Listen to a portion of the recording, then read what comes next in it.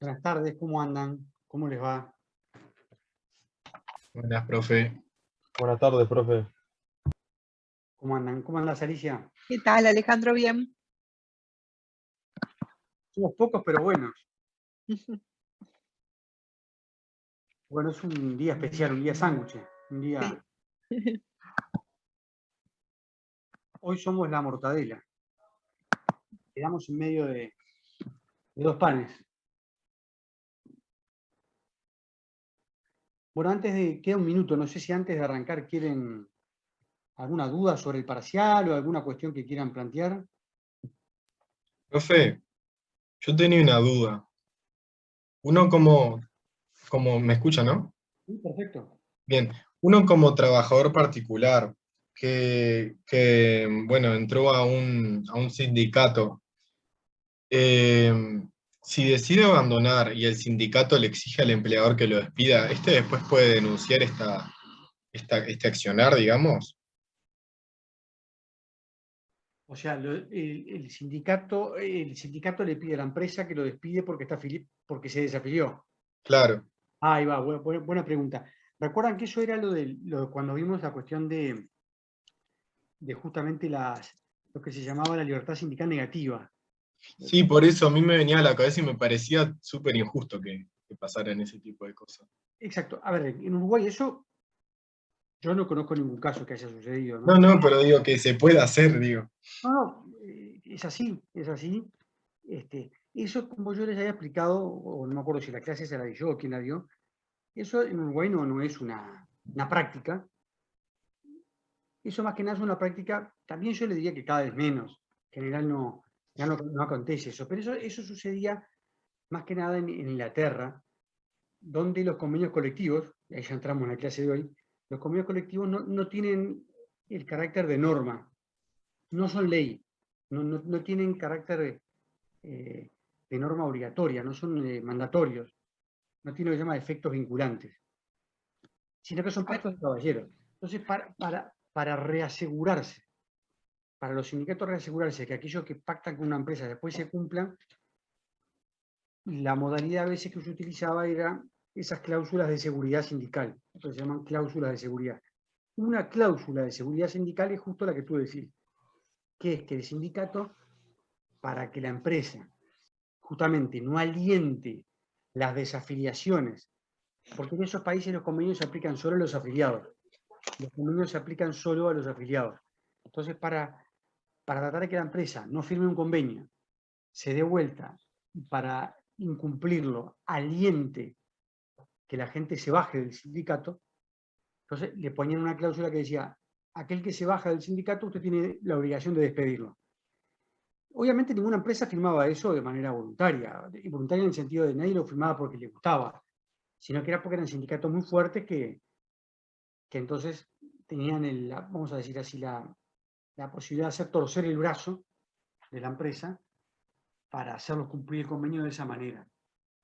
Claro, porque yo cuando lo leí decía, porque no puede ser, porque en realidad al trabajador como de alguna manera queda eh, relegado a quedarse en el sindicato y tener que encima pagar una cuota probablemente o bueno, perder el trabajo, o sea, totalmente ilógico. Perdón, cuando yo vi la parte de, digamos, de la ley, no sé si recuerdan que algo hablamos de esto en cuanto a que si bien no está establecido en la ley, de todas formas, en el Uruguay no se aplica ese tipo de medidas. E incluso, no sé si recuerdan que yo les dije un caso que hubo que en una mutualista le exigían a un médico estar afiliado al Sindicato Médico del Uruguay para poder trabajar en esa mutualista. Y bueno, eso fue digamos, a dilucidarse en una sede judicial y obviamente que se entendió que no tenía obligación el trabajador de estar afiliado para poder trabajar en la mutualista. No sé si era más o menos eso la duda.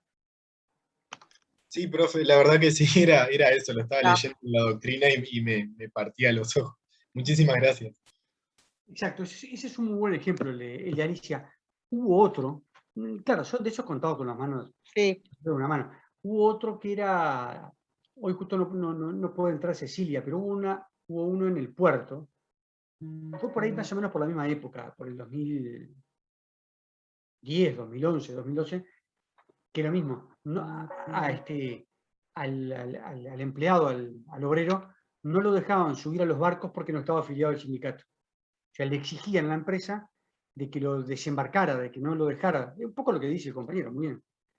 Y ahí hizo una denuncia y el Ministerio de Trabajo, en ese caso, ordenó al puerto por un lado y al sindicato por otro a que cesaran con esas medidas de práctica violatoria de la libertad sindical.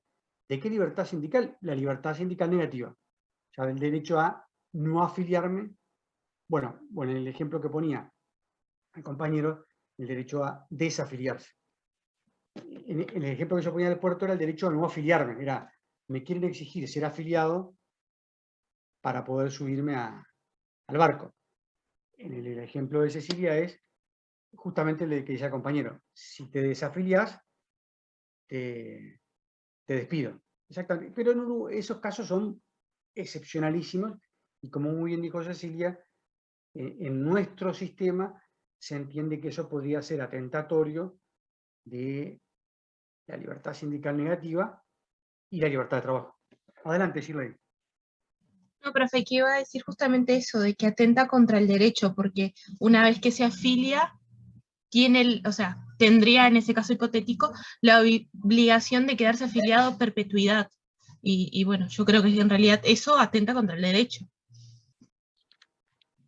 Exacto, pero les vuelvo a repetir, y está muy buena la reflexión, que eso se daba en algunos países donde el convenio no es fuente de derecho. El convenio no es norma obligatoria, el convenio es un pacto de caballeros.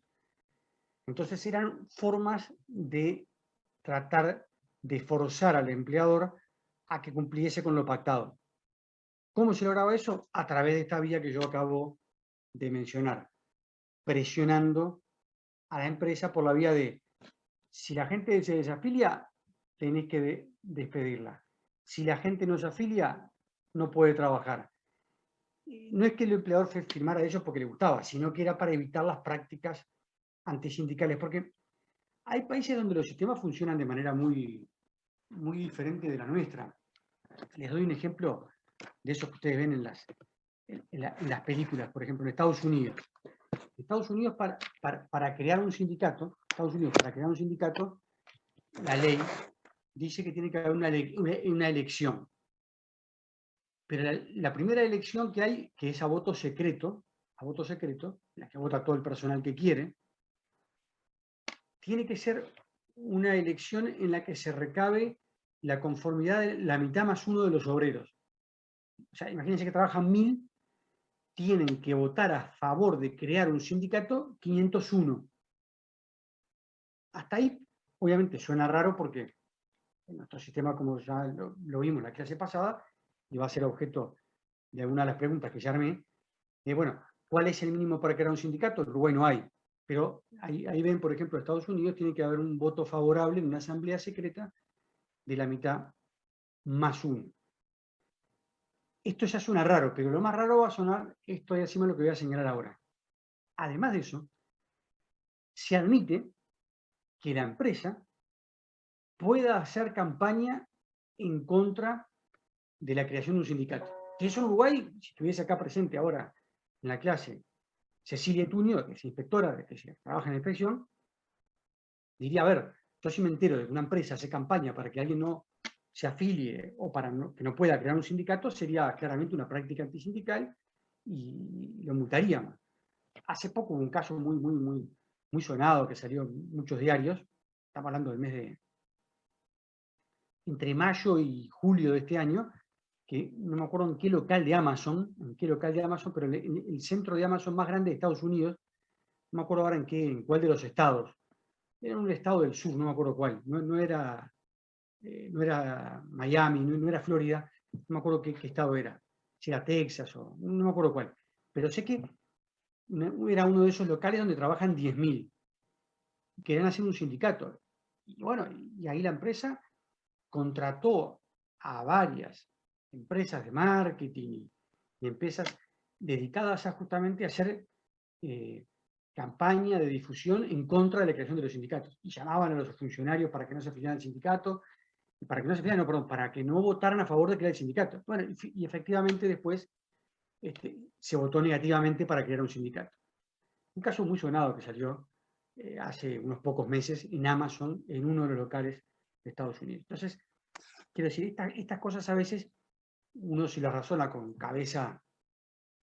En el mundo hay mil, todos los países tienen un sistema diferente, pero por simplificar muchísimo la cosa, o sea, por hacer un corte absolutamente arbitrario, pero para que se entienda, hay dos grandes modelos en todo el derecho laboral es igual, en los países anglosajones, donde hay una menor intervención del Estado y de la ley, y donde las relaciones laborales se confían mucho más en su regulación al contrato individual o al contrato colectivo, o sea, al accionamiento de los sindicatos. Y los países, vamos a decir, de estilo europeo continental, los que siguen el estilo o la tradición de Alemania, de Francia, Italia, España, básicamente esos países para nosotros, donde hay una mayor intervención del Estado a través de la ley, de los códigos, y donde estas cosas tienen entonces un razonamiento diferente. En Latinoamérica sigue un poco la cultura, el estilo de regulación de todo el derecho, familia, civil, comercial, y por supuesto laboral, de los países de Europa continental, donde este tipo de prácticas son consideradas como prácticas atentatorias de la libertad sindical, porque además, y ahí ya entramos en la clase, los convenios laborales, los convenios colectivos se consideran ley entre las partes. Los convenios colectivos son ley entre las partes, o sea, son válidos, son normas obligatorias, son fuente de derecho objetivo, Este tema de la clase de hoy lo pueden leer en el libro de Pla, o sea, en el curso de Derecho Laboral, tomo 4, volumen 1, está muy bien explicado en Pla, esta parte de la clase de hoy, perfectamente lo pueden leer en Pla, lo pueden leer en el tomo 4 de Raso, que se llama Derecho del Trabajo, y también lo pueden leer en el libro de Osvaldo Mantero, que se llama Derecho Sindical, ¿verdad? En Osvaldo Mantero, Derecho Sindical. Todos esos libros sirven para la clase de hoy. Adelante, Dardo. ¿Qué tal, profesor? Una consultita. Leyendo todo el libro de Hermida, Libertad Sindical, ¿verdad? ¿Abarca todo el parcial o quedarían unos cuantos temas fuera? La mitad. O sea, solo sirve para la parte de sindicatos. ¿Y el otro cómo lo complementaría? Bueno, por eso, ahí no les queda otro. A ver, con el libro de Hermida alcanza para las primeras 5 clases. Las otras 5 clases tienen que leerlo en el libro de Raso, ese es el que está más actualizado, o, a ver, hay otros libros más, yo estoy simplificando. En el de Pla también lo pueden leer. Y también lo pueden leer en el libro de Osvaldo Mantero. El más actualizado es el de Raso porque es de este año, eso es obvio, ¿no? Y después también lo pueden leer en un libro que se llama Manual de Derecho Colectivo, de Pedro Gari y Matías Pérez del Castillo. Matías Pérez del Castillo y Pedro Gari y Lureta Goyena. Cualquiera de ellos lo pueden, pero no, o sea, Hermida es solo la parte de los sindicatos. Adelante, no sé quién sigue ahora, si era Marielo o Silvia. Creo que era Mariela, pero yo le iba a preguntar cuáles eran exactamente los temas que van para este parcial que es el viernes. Ahí está. Es toda la parte de derecho sindical, o sea, arrancamos en la parte de sindicatos. Está. Y convenio colectivo. El convenio colectivo va a ir hasta lo que demos el miércoles que viene. Ah, está. Entonces sindicato y convenio colectivo lo que dé. Alicia, no sé si vos te puedes fijar, pero creo que es en el programa, la clase de hoy es la 26. Ah, está. Díganme, Yo me fijo. la clase de hoy es la 26 y va a ir hasta la 27. Esta clase de hoy es importante.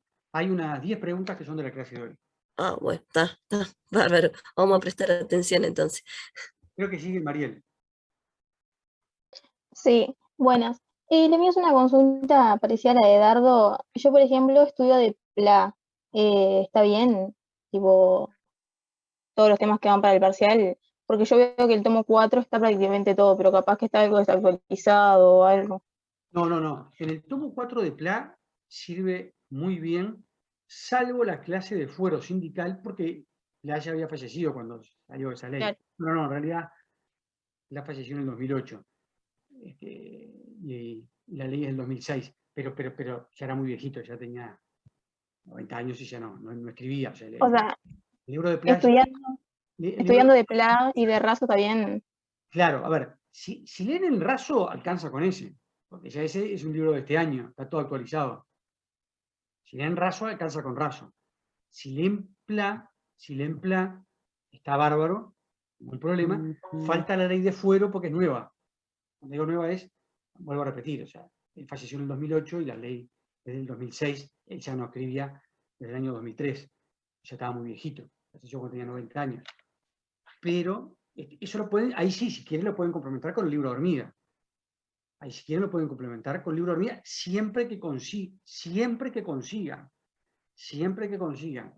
la versión de hormiga del año 2014, la que hizo el hijo.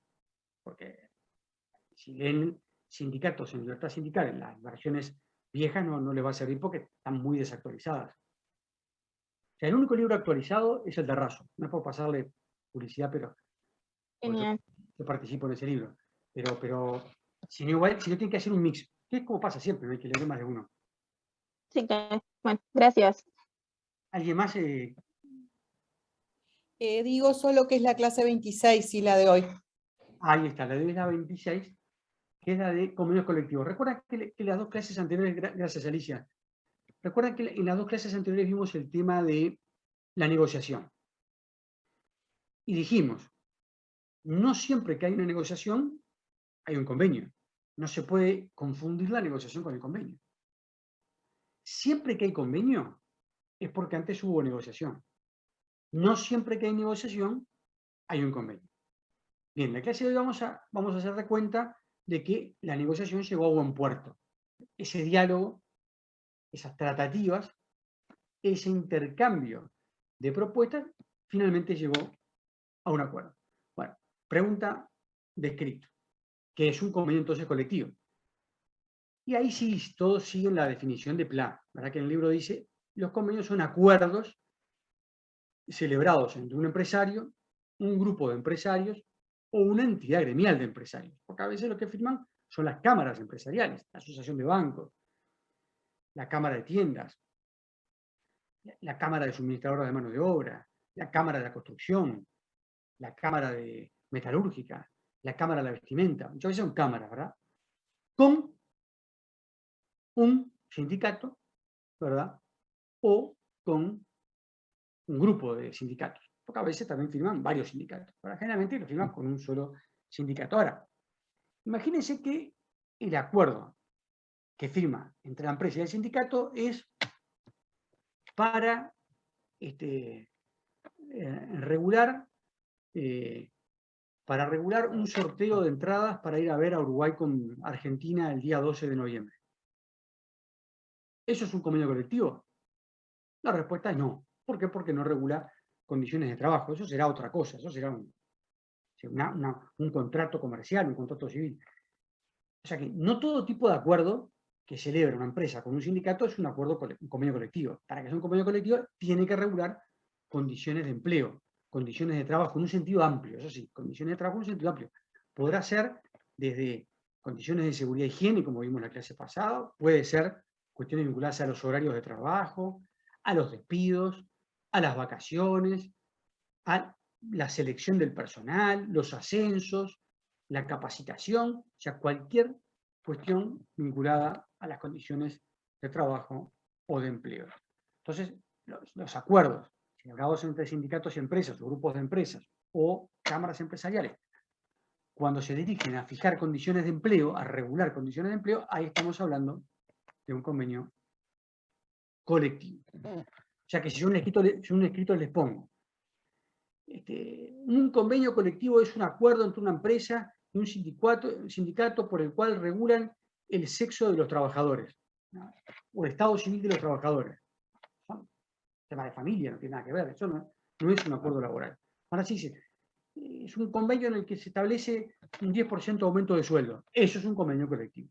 ¿Por qué? Porque regula una condición de trabajo, una condición de empleo, como es la remuneración. El 99% de los acuerdos son de tipo salarial, porque esa es la materia principal a la cual se dirigen los sindicatos, ¿verdad? Lo que tratan de, ustedes ya saben, de mejorar las condiciones remunerativas.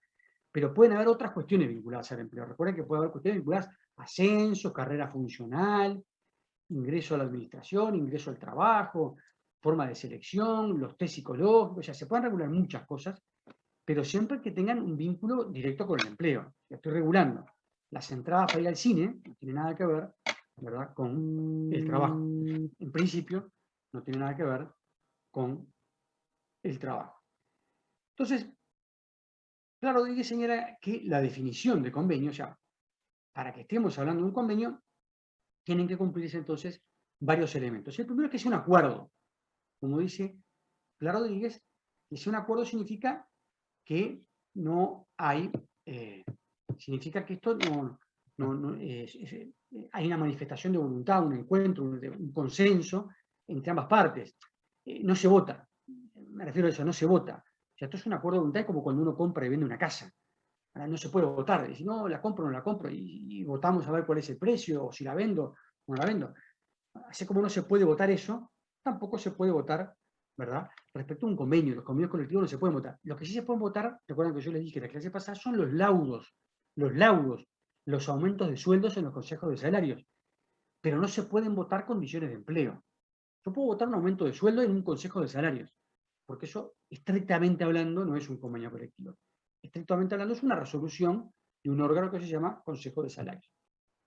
Entonces, la idea es entonces que el convenio colectivo es un acuerdo. Un acuerdo implica entonces una negociación y que, como dice Pilar Rodríguez, por una razón obvia de certeza jurídica, generalmente se hace por escrito. En Uruguay, además, esta exigencia surge de un artículo, ¿verdad? Un artículo que, vamos a verlo dentro de unos minutos, que establece, una ley de presupuesto que establece que los convenios se tienen que registrar, esto lo mencioné en la clase pasada, en el Ministerio. Tienen un registro de acuerdos en el Ministerio, con lo cual, indirectamente está imponiendo la obligación de la escritura para que haya un convenio colectivo. Pero además estos son obvias razones de certeza jurídica, ¿verdad? Pues si no, simplemente la palabra entre un sindicato y la empresa es muy difícil después de poder probarlo y de ejecutarlo en el caso de que se incumpla por alguna de las partes. Creo que Shirley tenía la mano levantada. Adelante.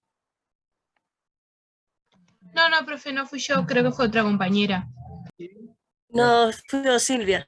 Quiero hacer una pregunta. Por ejemplo, ¿el sindicato puede negociar con el patrón para la distribución de los puestos de trabajo, para cargos y ascenso? ¿No?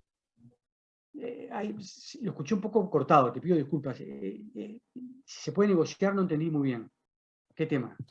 Sí, si el sindicato puede negociar con el patrón para nuevos puestos de trabajo, para ascenso, para los que integran el sindicato y esas cosas. Sí, perfecto. Sí. En la actividad privada es muy inusual. En la actividad privada eso es muy inusual. En la actividad pública, la regulación de concursos o ascensos es bastante más común.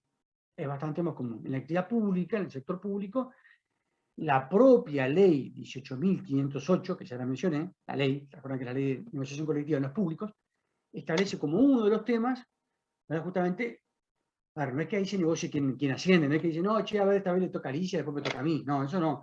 Lo que se dice es que pueden ser parte de una negociación, ¿verdad?, cuestiones vinculadas a, por ejemplo, en general, cuando se van a hacer llamados o concursos y ese tipo de cosas, en general siempre se negocia con los sindicatos, ¿ya?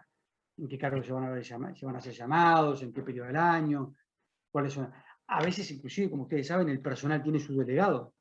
De repente dice, bueno, van a haber 5 en la comisión asesora, y hay uno que lo elige el sindicato, o lo eligen los representantes de los funcionarios que concursan.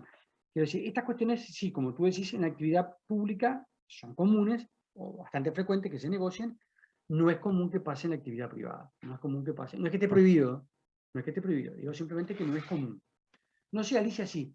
Tú que justo trabajás en el sector público, en la son municipal, si puedes un poco tener más experiencia de estas cuestiones de negociación, de las cuestiones vinculadas a reestructuras escalafonarias o de cargos o de llamados, ingresos, ascensos, etcétera, con los sindicatos, porque de repente Adiomes es un sindicato bastante fuerte, ¿no?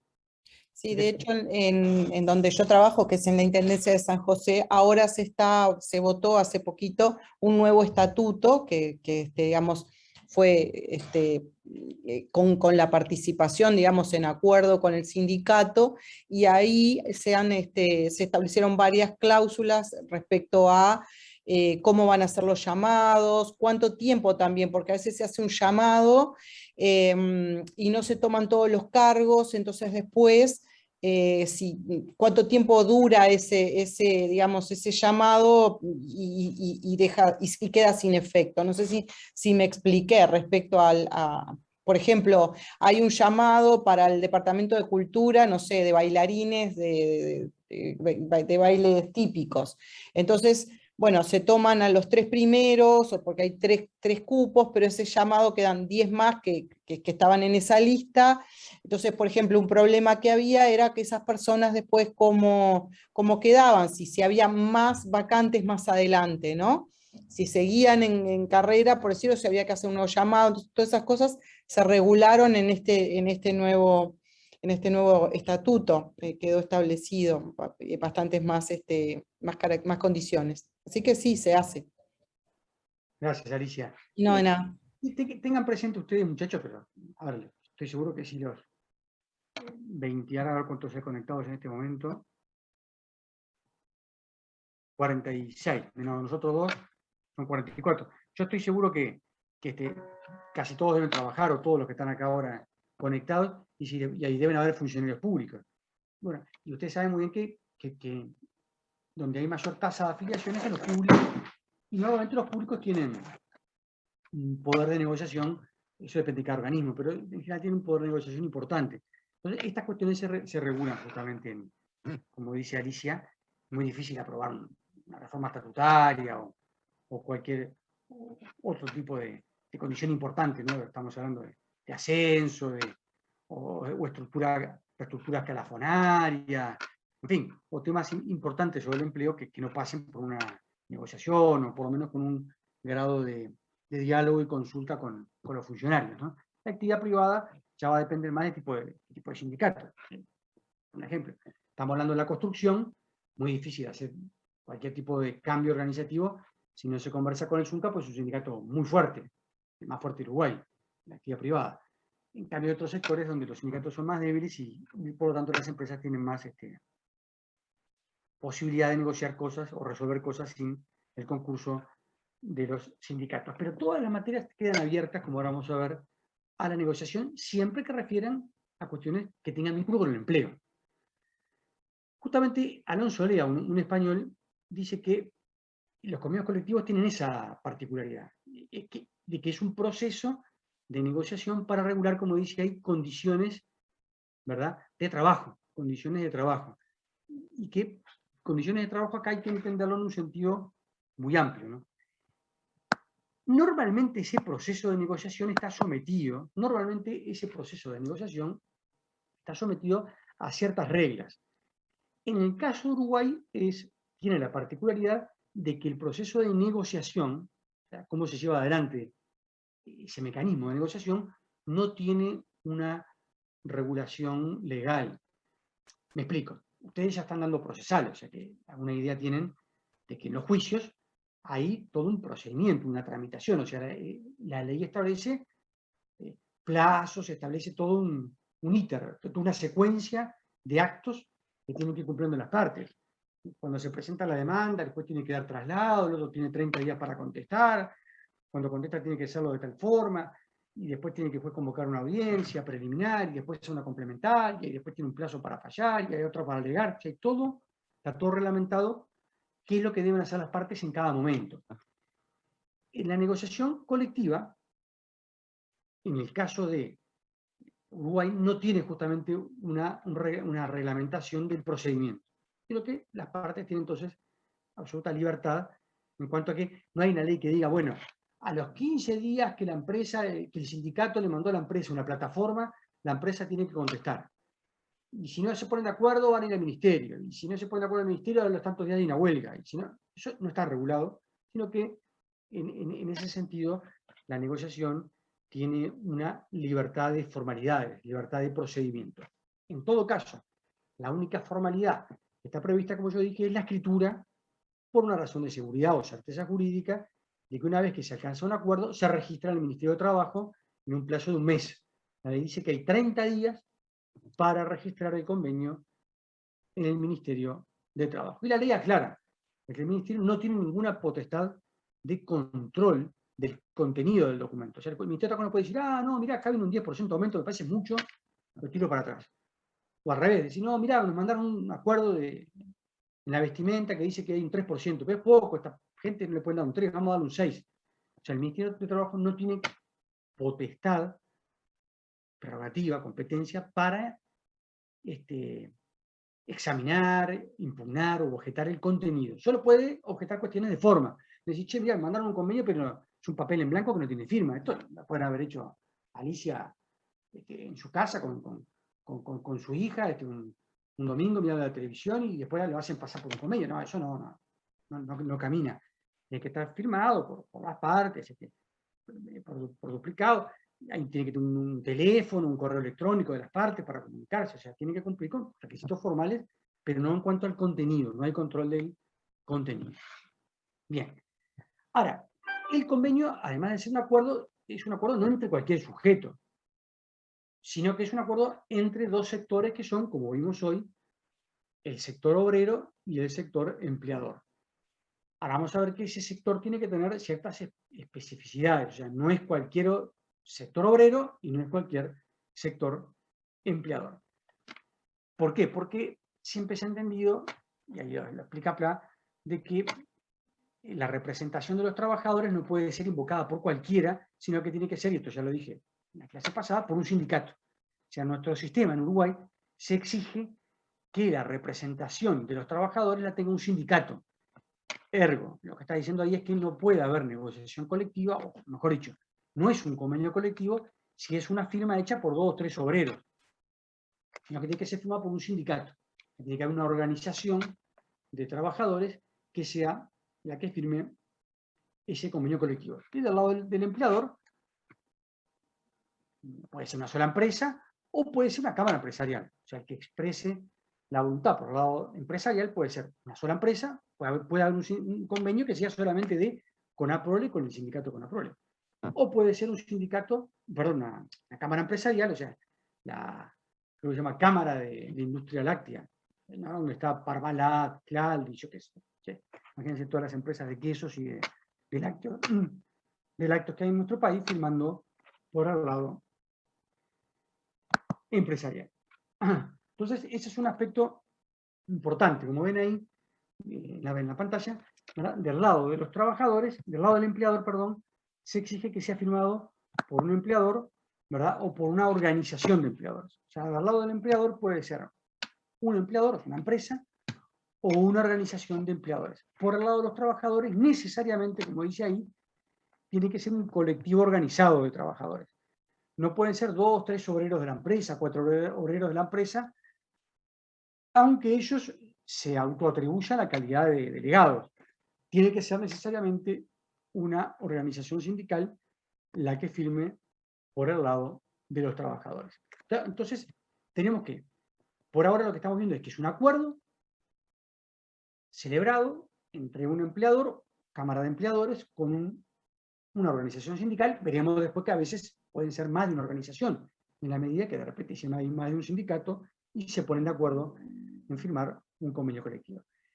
El tercer elemento para configurar que ese acuerdo no es un acuerdo deportivo o un acuerdo comercial o un acuerdo civil, sino que es laboral, es que las partes lo que tienen que estipular, regular, reglamentar, llamémosle, son las condiciones de empleo, ¿verdad? Como dice ahí, lo que están tratando de regular es las relaciones de trabajo, las relaciones individuales de trabajo. Ustedes no se olviden que el convenio colectivo lo que busca, en definitiva, es que el empleador tenga que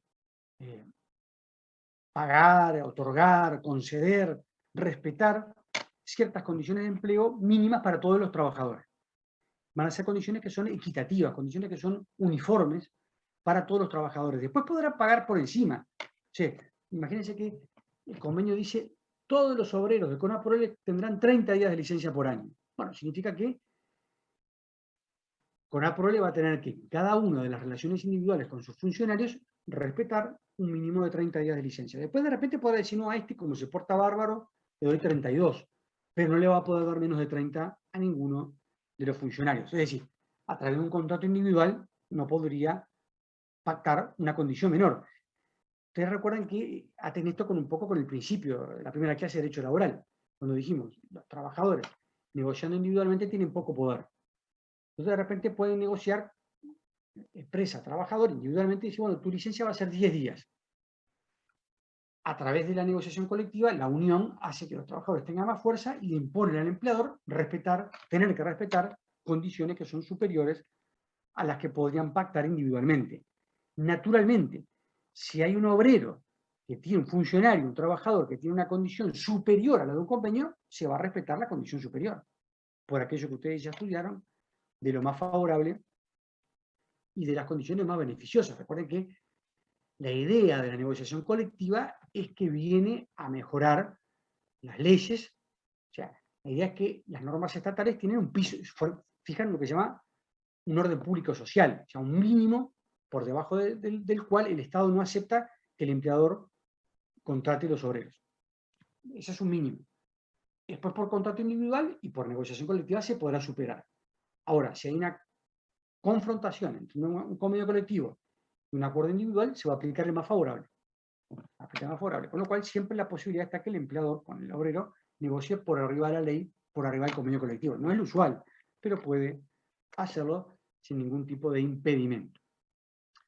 Entonces, como decíamos, Plaro Díez dice que es un acuerdo celebrado entre esos sujetos especiales para regular condiciones de empleo.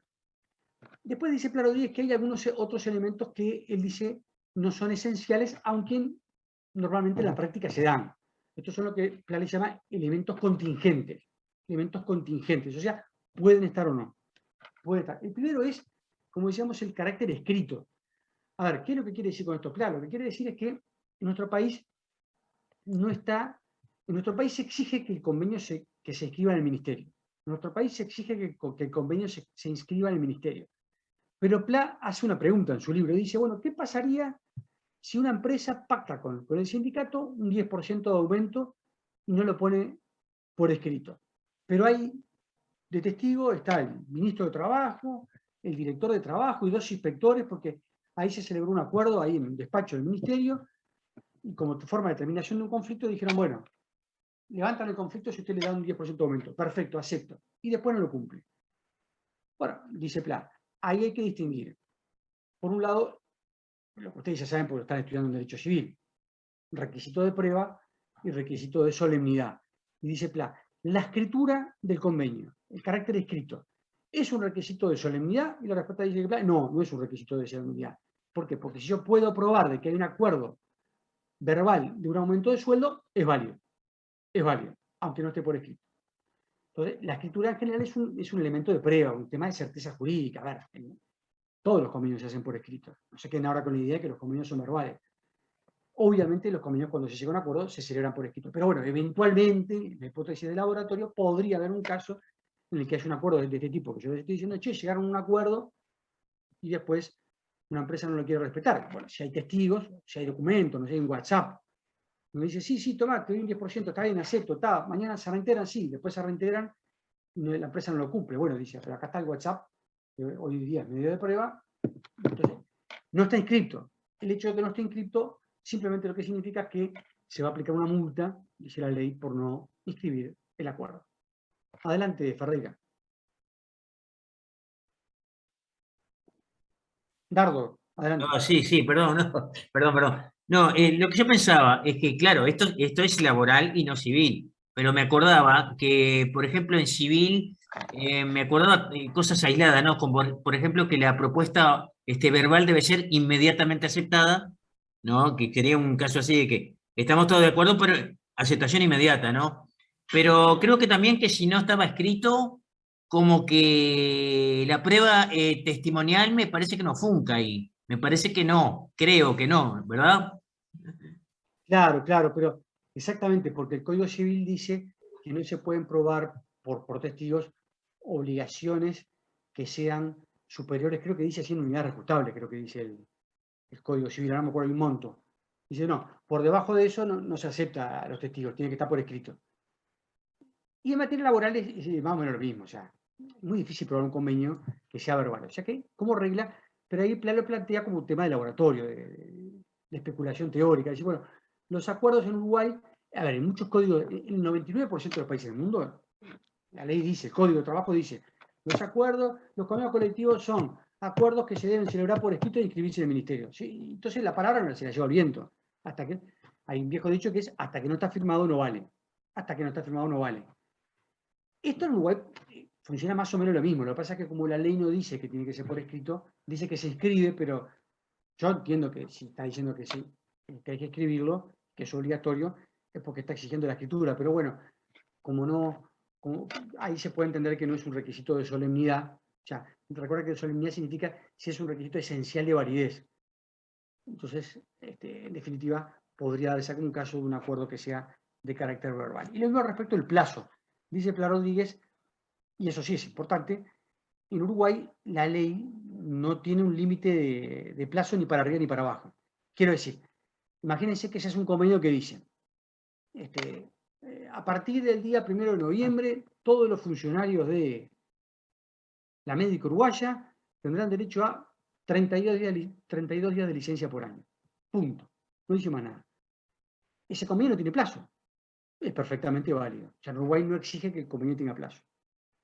Algunos países tiene plazo. Algunos países dicen, no, los convenios no son por más de 3 años. En otros dice 5. En otros dice al revés, dice un mínimo. Dice, ningún convenio podrá tener menos de 1 año ni más de 3. Bueno, en Uruguay no hay ni mínimo ni máximo. O sea, eso dice la ley, ahí ya estamos hablando de la ley 18.566, la ley 18.566, la del año 2009, dice al texto expreso que las partes son libres de fijar el plazo. Y pueden ponerle plazo o no pueden ponerle plazo. Eso es importante. Miren que va a haber una pregunta de escrito vinculada a esto. O sea que ahí lo que ustedes pongo en flujo. El profesor ya me dijo que una pregunta va a ser sobre el plazo de los convenios. Shirley, adelante. Profe, yo tengo una duda en realidad. En la doctrina, a los dos profesores en realidad, ¿cómo se maneja esto? Porque, o sea, se sientan bases mínimas, pero va a llegar un momento en que esas bases mínimas los empleadores no la van a querer superar más.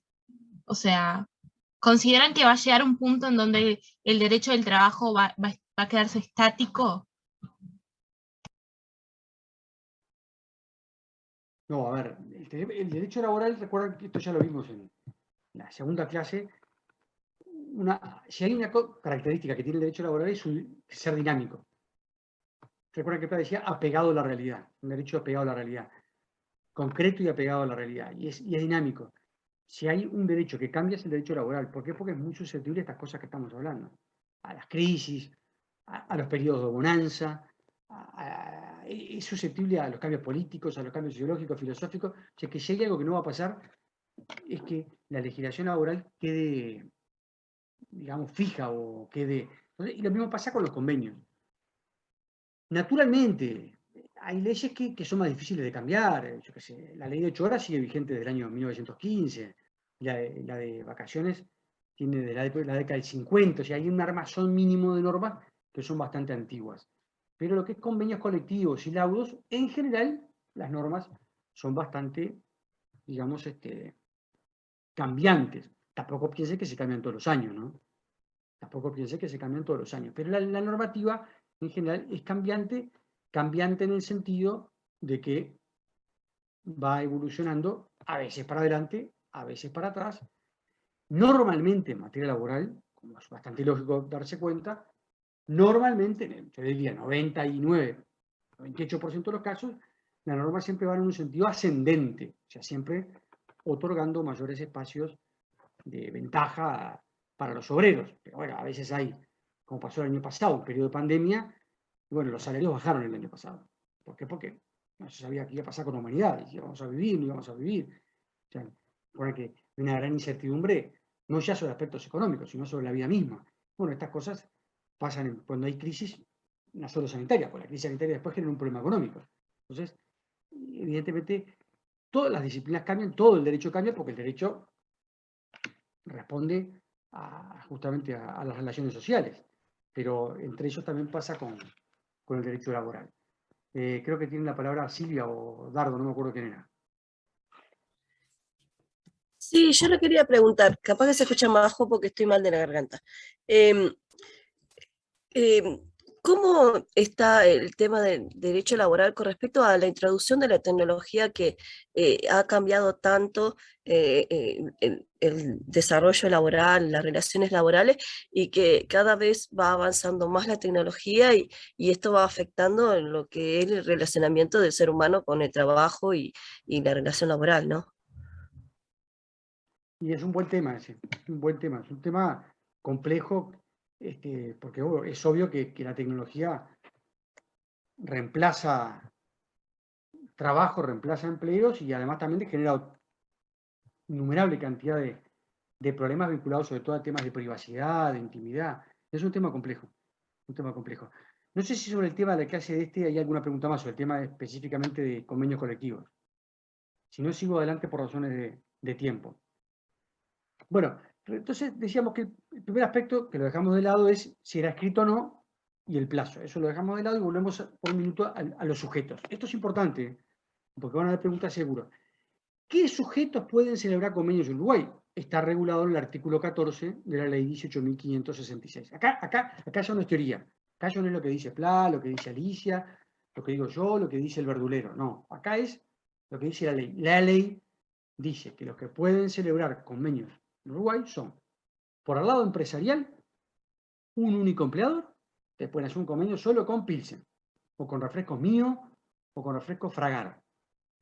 O un grupo de empleadores. Se puede unir Pepsi, Coca y Salus y celebrar un convenio.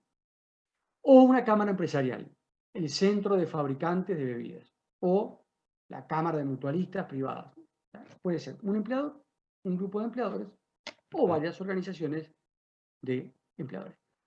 Por el lado obrero, pueden firmar una o varias organizaciones de trabajadores. Y fíjense lo que dice la ley. Dice sindicatos u organizaciones. O sea, no es 3 obreros que se juntan o 5 o 10, sino que tiene que ser un sindicato. Recuerda que la idea de sindicato, ya lo vimos, era que es un grupo de funcionarios, de empleados, trabajadores, obreros, que se reúnen en una asamblea, votan un estatuto, eligen delegados, se dan un nombre, sindicato de trabajadores de Salus, de Pepsi Cola, y después empiezan a nombran delegados, eligen a Alicia, me eligen a mí, nos presentamos ante la prensa, decimos, mire, somos los delegados de tal sindicato, tenemos derecho a usar una cartelera, recaudar cuotas, o sea, tienen un funcionamiento como una organización, como si fuera un club, digamos, ¿no? Como si fuera la Asociación Cristiana de Jóvenes, en fin, ¿no? O la entidad que ustedes, con la particularidad, recuerden ustedes, con la particularidad, y acá viene el problema en Uruguay, con la particularidad de que en Uruguay no se exige de manera obligatoria, que el sindicato se registre en el Ministerio de Educación y Cultura. Recuerda que lo dijimos, muchos sindicatos sí tienen personería. AEU, el Comercio, el Zunca, hay infinidad de sindicatos que tienen personería, la tramitaron la personería. Otros sindicatos son más reacios y dicen, no, nosotros no queremos saber con el gobierno ni con el Estado, no importa si está este partido o el otro. Sobre todo, no solo, pero sobre todo sindicatos, en verdad, más anarquistas, digamos así, no solo, pero sobre todo sindicatos de origen más anarquista que obviamente no tienen ningún tipo de injerencia ni intromisión del Estado, no importa si es izquierda, derecha, centro o adentro, o sea, no interesa qué tipo de partido político esté en el gobierno, es un tema ideológico, filosófico, de no querer intervención del Estado en los asuntos de los obreros. Entonces, cuando no hay un estatuto, cuando no hay un reconocimiento del Estado, es más complicado, porque uno ¿verdad?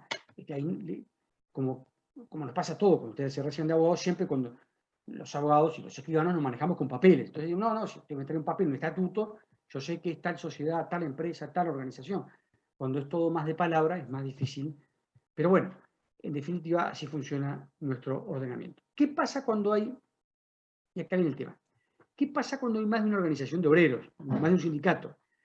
Ahí la ley, y esto es pregunta cantada de escrito, y esto el que no lo sabe, repite el año, salvo Chile, que creo que era el que ya salvó el escrito, ya salvó el año la semana pasada. Cuando hay más de un sindicato, dice ese artículo de la ley, dice que, en primer lugar, deben tratar de ponerse de acuerdo para negociar. Ya que, imagínense que es con, veíamos hoy, Antel, que ahí hay dos sindicatos, por lo menos en una época había. Siempre en la clase ponemos el mismo ejemplo, ¿no? Porque hay un lío y entonces llegó a la justicia ese lío entre sindicatos. Entonces, ahí, si se ponen de acuerdo, bárbaro. Ahí habían dos sindicatos. No sé si ya siguen existiendo, pero en un momento era un sindicato SUTEL, que es el que existe hoy, Sindicato Único de Trabajadores o de Funcionarios de Antel, que era el más grande, yo qué sé, 5.000 funcionarios, por ejemplo. Y después había otro que era el de los profesionales. No me acuerdo cómo se llamaba, pero era Sindicato de Profesionales de Antel o una cosa así. Que eran 400, no sé, o 300. Que eran más que nada de profesionales, contadores, ingenieros, economistas, básicamente arquitectos, básicamente ingenieros, ¿no? Pero bueno, todo era de profesionales, que no se sentían representados por el otro gremio, que era de todos los funcionarios. Entonces, ahí se dio una disputa de representatividad. Entonces, ahí la discusión era quién negocia. Bueno, la ley lo que dice es que cuando hay más de un sindicato, la primera regla es ver si se ponen de acuerdo. Se ponen de acuerdo, fantástico, todos tiramos cohetes, estamos todos contentos y se resolvió el problema. Cuando no se ponen de acuerdo, nuestra ley lo que dice es que el sindicato legitimado para negociar, el autorizado para negociar y firmar, es el que tiene la calidad de más representativo, sindicato más representativo. Uruguay tiene un sistema en la actividad privada que es de, entonces, otorgar el monopolio de la negociación colectiva, al sindicato más representativo. ¿Cómo se resuelve cuál es el más representativo cuando hay 2, 3, 4, 5 que no se ponen de acuerdo en negociar? De acuerdo a lo que dice ahí la pantalla. Primero hay que tener en cuenta la antigüedad, segundo la continuidad, tercero la independencia y cuarto el número de afiliados. ¿En qué orden se tienen en cuenta? La ley dice todos en conjunto. La ley dice que hay que valorar todos estos elementos en conjunto. La antigüedad, o sea, quién es el más viejo. La continuidad es, este es un sindicato que se creó en el 54, por ejemplo el de Sutel. Bueno, pero siguió de continuo todos los años o fue que desapareció 20 años y después volvió. No, está de continuo. Bueno, entonces tomo desde el año 54.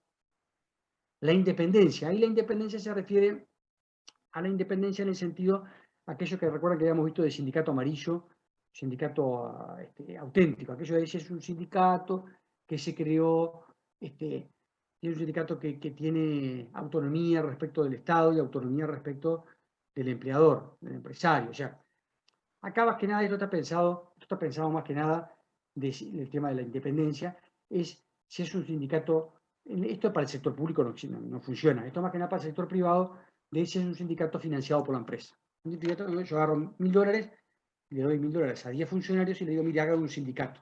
Y hacen un sindicato trucho. A eso se refiere con el tema de la independencia. Pero, como es obvio, de todos estos elementos, el más importante es el número de afiliados. Al final del día, muchachos, siempre es un tema numérico. Si se pelean dos sindicatos, se va a resolver por el que tiene más afiliados. Adelante, Franco. Creo que en realidad ya respondió mi duda ahí sobre lo último. Que yo quería decirte si un sindicato, ponele, es más antiguo, pero el otro tiene más número de afiliados. Por ejemplo, en un supuesto caso. Ahí me quedó o sea, me sacaste la duda que vendría a ser el que tendría más afiliados, ¿verdad? Exactamente. A ver, la ley no lo dice. La ley ahí lo que sucede es que dice antigüedad, continuidad, independencia y número de afiliados, y lo dice en ese orden. Entonces uno podría pensar, bueno, si lo último es el número de afiliados, voy primero por la antigüedad.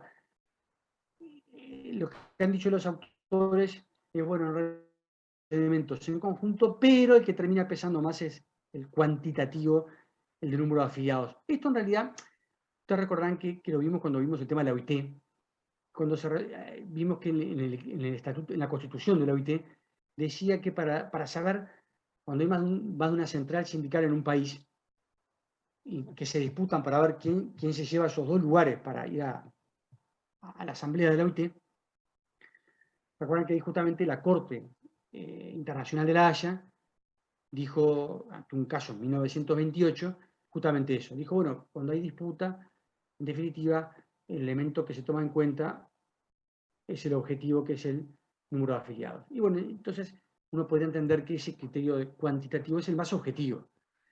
Con todas las dificultades, igual que implica esto. A ver, en Uruguay, esta cuestión pasa una vez cada 10 años. O sea, no es muy común que haya una disputa entre sindicatos, porque en general hay uno solo, y es el PIT-CNT. A veces pasa que hay más de uno. Pasa poco, pero pasa que a veces hay menos de uno. Y en general cuando pasa, o sea, cuando hay conflicto que hay más de uno, en general la diferencia es muy grande, como el caso este que yo le decía a Antel. De repente, no, uno tiene 4.000 y otro tiene 200. Entonces dice, bueno, está, rompe los ojos. O sea, no es muy común que hayan 2 sindicatos que uno tenga 4.000 y el otro 3.800. Porque si algún día llega a pasar eso, después, en Argentina, por ejemplo, las disputas que hay por este tema son todos los días. Todos los días, y todo termina en juicio. En Argentina, toda vez que hay elecciones, estamos hablando de los grandes sectores, hay muchos en Argentina, se piensen ustedes en el transporte, automotriz, en el transporte de ómnibus, el transporte de carga, en la construcción, en los bancos. En Argentina, los sindicatos terminan a los balazos, y todos los juicios, pero todas las elecciones terminan en la justicia. Y en general siempre hay, no, que tu padrón es trucho, que tu padrón dice 1.000, pero en realidad son 400, no, pero el tuyo dice esto. Siempre en Argentina terminan a los balazos, como ustedes lo ven en las películas o lo ven en la televisión, en los diarios. En Argentina las disputas son que ni se pueden imaginar, ¿verdad? Ni se pueden imaginar. Creo que está primero Dardo y después Daniela. Sí, profe, la verdad que es un tema apasionante, ¿no? Como todo esto del derecho, ¿no? Yo me quedé pensando cuando habló que no lo sabía, cuando habló de estos profesionales, o sea, el sindicato de Antel, Antel, con los profesionales, pero yo me quedé pensando algo, ¿no?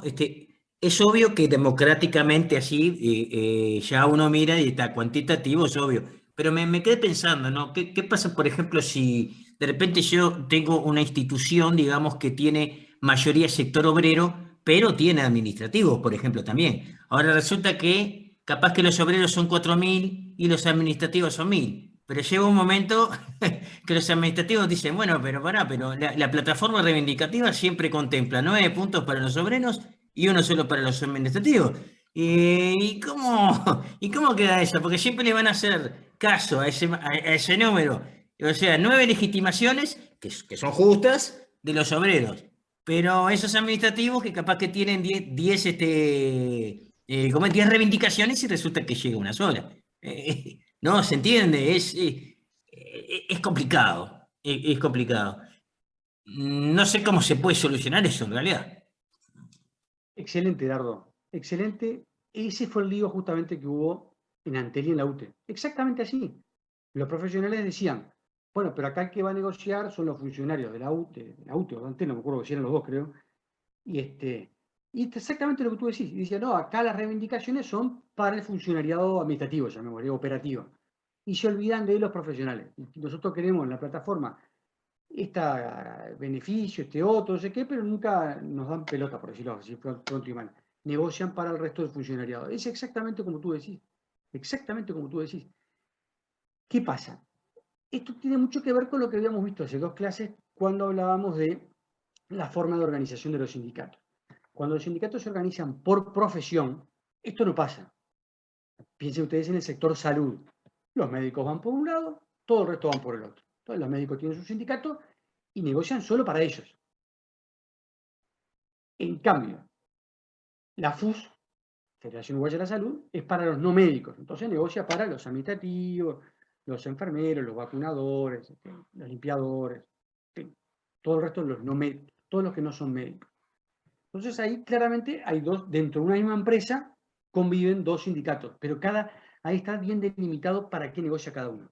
¿Qué pasa? En estos casos que habíamos de los públicos, de Antel y de la UTE, el sindicato tiene afiliados de todo, o sea, el sindicato grande, digo, ¿no? El sindicato grande. Tiene al funcionariado en general, no por funcionariado, quiero decir los administrativos, ustedes me entienden, los operativos, pero también hay contadores, hay ingenieros. Entonces, claro, cuando se exindieron algunos profesionales, hicieron un sindicato solo de profesionales. Y ahí dijeron, no, nosotros queremos negociar por los profesionales. Y ahí genera este problema. Pero no es fácil, miren, tan complejo es eso que en el caso de los médicos, para hacerlo más complejo, fíjense que en el caso de los médicos, muchos de ustedes deben saber, hay una vieja disputa de hace ya varios años en el sector médico privado, porque está el sindicato médico por un lado y después está el sindicato anestésico quirúrgico, se llama la SAC, que representa a todos los que no son, a todos los que son especialidades quirúrgicas, o sea, los anestesistas, los cirujanos, entre otros, ¿no?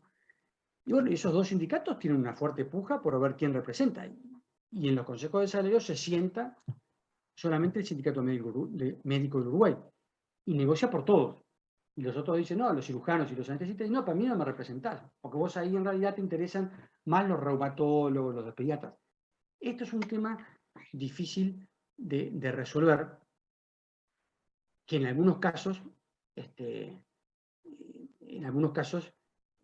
como veíamos recién, de repente cuando es una cuestión de numérica muy clara, muy evidente, imagínense que, como yo decía, el sindicato de SUTEL tiene 10.000 afiliados, y el de profesionales tiene 200. Bueno, realmente el número cuantitativo rompe los ojos. Aunque este segundo sindicato con 200 quiera negociar para sí mismo, parecería que es tan grande la diferencia numérica, y como a su vez el sindicato grande tiene afiliados profesionales, un número importante, parecería que es bastante clara la representatividad de un sindicato sobre el otro. Pero bueno, no es un tema sencillo de resolver. Está muy bien el apunte de Ferreira. Daniela, adelante. Sí, no, hacer un pequeño aporte con respecto justamente al ejemplo que estaba dando a la FUS y al SMU.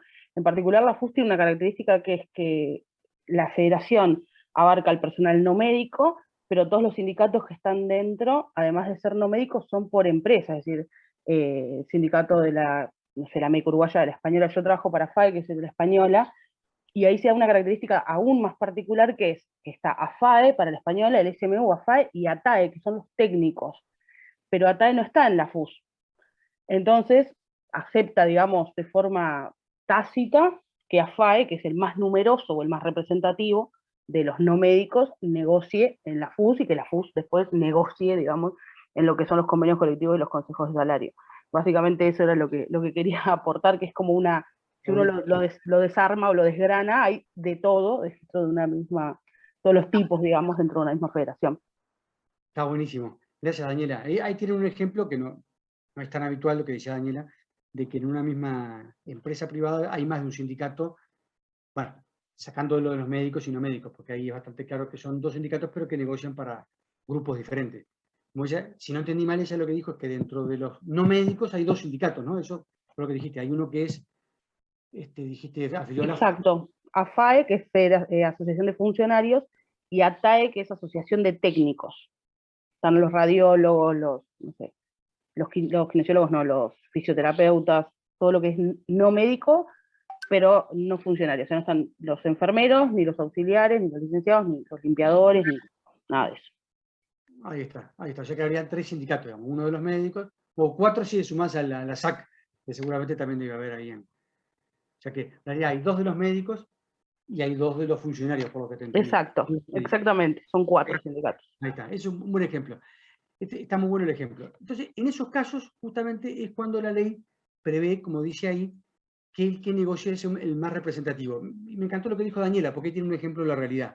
Ella dijo, bueno, acá, en el caso de los no médicos, dijo ella, la AFAE, creo que fue que dijo, es de la FUS, o sea, de la Federación Uruguaya de la Salud, que es el más grande y ese es el que negocia por todo. ATAE, dijo ella, de los técnicos no médicos, radiólogos, neumólogos, en fin, se explicó así, es el que, bueno, puede tener convenios o beneficios por empresa, pero a nivel sectorial, el que negocia es la FUS.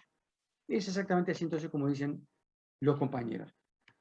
Bueno, para ir llegando al final de la clase, o sea, estos son los sujetos. Reitero, en esto no pueden inventar, tienen que leer el artículo de la ley 18.566.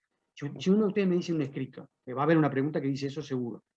No, los convenios colectivos pueden ser firmados por 4 o 5 funcionarios en representación de todo, está mal. Eso no es un convenio, es un acuerdo, lo que se llama plurisubjetivo. La ley lo dice, lo califica así, acuerdo plurisubjetivo. ¿Qué diferencia hay? La diferencia es que un convenio colectivo, y esto yo ya lo expliqué, se aplica a todo el personal. Y lo acaba de decir muy mejor que yo Daniela. Ella dijo, lo que firma la FUS se aplica a todos. Tiene afiliado, no tiene afiliado, me guste o no me guste, es ley entre las partes. A todos, a todos. En cambio, si es un acuerdo plurisubjetivo, o sea, si la que va a firmar es Franco, Silvia y Daniela, y firman un acuerdo con la española, ese acuerdo se aplica a Daniela, a Franco y a Silvia. Aunque ellos digan, no, mira, venimos a representación de todo, se aplica a ellos solos, porque no son un sindicato. Esa es la diferencia de los sindicatos en nuestro país, por ejemplo, con Chile. En Chile, el sindicato cuando negocia,